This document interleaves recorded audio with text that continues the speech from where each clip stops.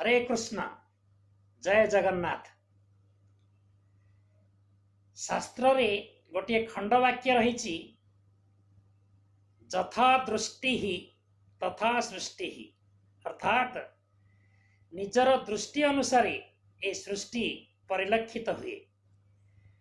जेपरी ए बाह्य जगत सूर्यालोक ध्रुव्र बा शुक्ल वर्ण परिदृष्ट हेले मध्य जदि आमे नील रंगर उपचक्षुटीए बा नील वर्णर प्रतिचक्षुटीए अर्थात नील वर्णर चश्माटीए परिधान करिचे तेबे एई ध्रुव्रालोक मध्य आमको नील रंग देखा जाए। जदि रक्त वर्ण युक्त प्रतिचक्षुटीए परिधान करिचे तेबे ध्रुव्रालोकर ए दृश्य मध्य आमको रक्त वर्ण परिदृश्य हुए। तेणु आमर दृष्टि अनुसार ए सृष्टि परिलक्षित हुए। तेणु दृष्टि बदलाइले निश्चित भाव संसार मंगल ही होता है।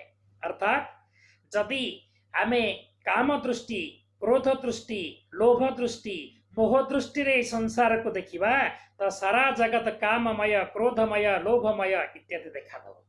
किंतु हृदय रे जदि पवित्र भाव रखी सिया राममय सब जग जानी ए रीति रे जदि आमे सारा जगत को पवित्र दृष्टि रे देखिबा ताले निश्चित सबकिछि आम पाई शुभंकर ही देखा जीव। आमे समस्तंक पाई कल्याण कर होई परिबा, समस्ते आम पाई मध्य संपूर्ण रूप से वंदनीय हे जिवे, किए भी आम पाई निंदनीय हेबे नाही।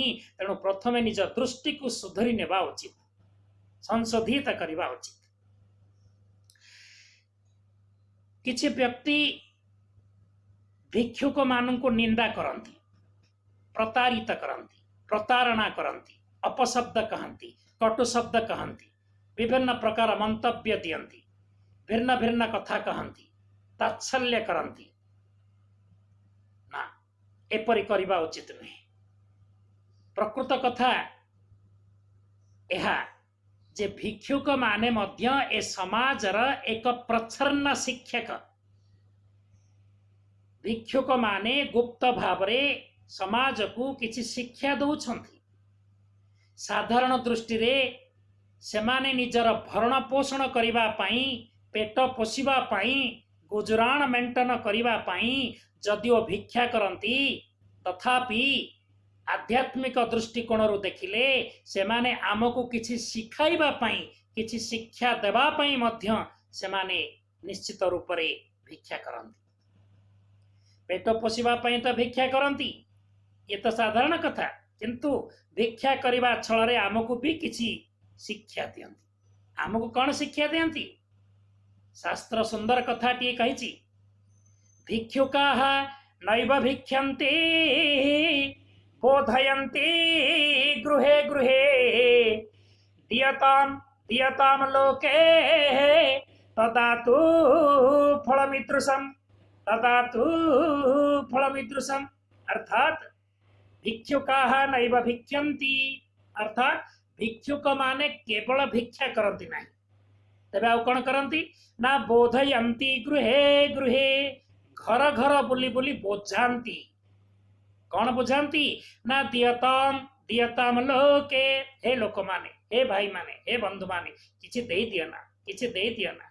जदि न दब कौन हब जानिच, तदातु फलमिदृशम, तेबे मु जेमिति फल भोग करुची, मु भी पूर्व जन्म रे आपण मानक भली स्वच्छल परिवार थिली, मु भी भिक्षुक मानकु संपूर्ण भाव रे तात्सल्य करुथुबारु कर्मर चक्र अनुसारी मु भी आज भिक्षुक पद प्राप्त करिछि। हे भाई माने, हे बंधु माने तुमे मते तात्सल्य कर नाही, किछि मते देई दियो एवं मो परि केबे हुआ नाही। एई भली भाव रे प्रच्छन्न रूप रे गुप्त रूप रे आम समाज को संपूर्ण शिक्षा देउछि बा देउछंती आमर भिक्षुक भाई माने। तेणु समाज रे केही निंदनीय नुहंती बंधु, समस्ते वंदनीय, समस्ते आम निजर एई अनुसार दृष्टिकोण बदलाइले देखिबे ए जगत हसी उठिब। जय जगन्नाथ। हरे कृष्ण।